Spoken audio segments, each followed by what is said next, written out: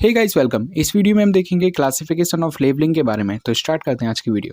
Classification of labelling. तो जो हमारी लेबलिंग होती है वो मेनली 5 टाइप्स की होती है। फर्स्ट होती है simple labelling, second differential labelling, third reciprocal labelling, fourth profile labelling and fifth cross labelling. तो इन सभी लेबलिंग को हम वन बाय वन डिस्कस करेंगे। तो सबसे पहले स्टार्ट करते हैं सिंपल लेबलिंग से। Simple labelling: if the 2 points are visible from a single setting of the instrument and their elevation difference is not too much, then simple labeling can be performed। तो इसमें जहाँ पे हमारा instrument set होता है वहाँ से हमारे दोनों पॉइंट हमें दिखाई देते हैं और उन दोनों पॉइंट्स के बीच में ज़्यादा डिफरेंस भी नहीं होता, तो हम सिंपल लेबलिंग का यूज़ करते हैं। तो जैसा कि आप इस वाले इमेज में देख सकते हैं कि एक पॉइंट हमारा ये है और दूसरा पॉइंट हमारा ये है।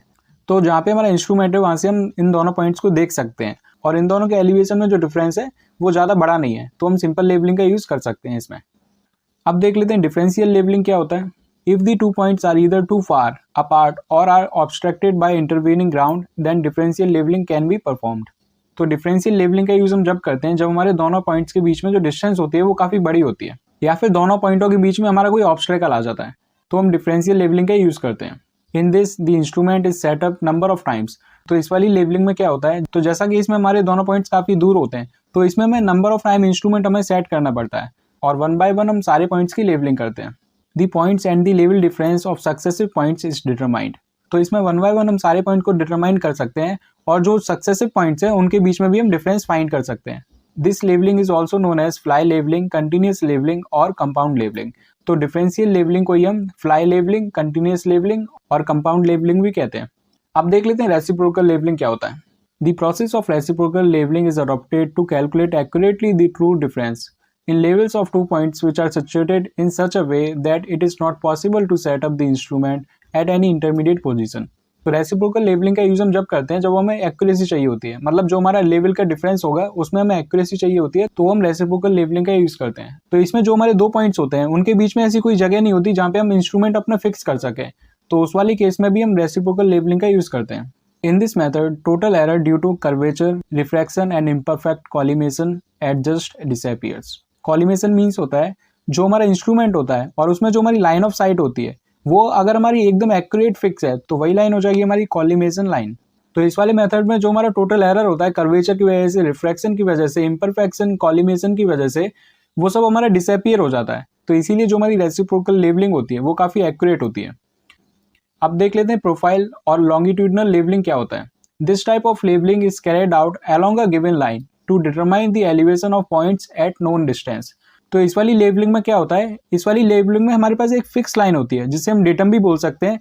तो उस फिक्स लाइन के रेस्पेक्ट में हम अदर पॉइंट्स की एलिवेशन फाइंड करते हैं, मतलब उस वाली लाइन के रेस्पेक्ट में हम डिफरेंट पॉइंट्स का एलिवेशन फाइंड करते हैं।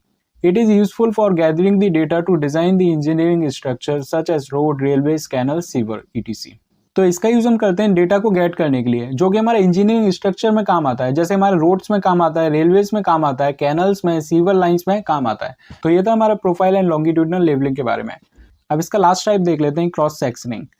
When the width of the proposed project is not in the form of strip of small width but exceeds 30 meter to 60 meter, it becomes necessary to take labels in traverse direction also।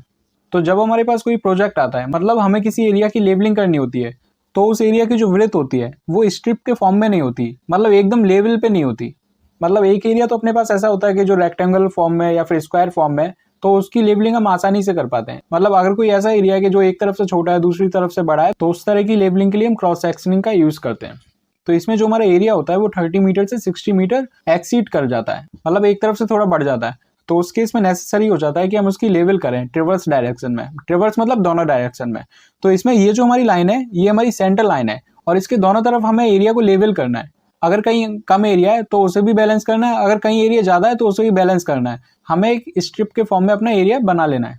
Such operation of levelling carried out in crosswise direction is known as cross sectioning और cross levelling. इसमें जो हमारा operation होता है labelling का वो हमारा crosswise direction में चलता है, मतलब दोनों तरफ इक्वली चलता है, तो इसीलिए इसका नाम है क्रॉस सेक्शनिंग और क्रॉस लेबलिंग। सो इस वीडियो में इतना ही, मिलते हैं अपनी नेक्स्ट वीडियो में। Thank you for now.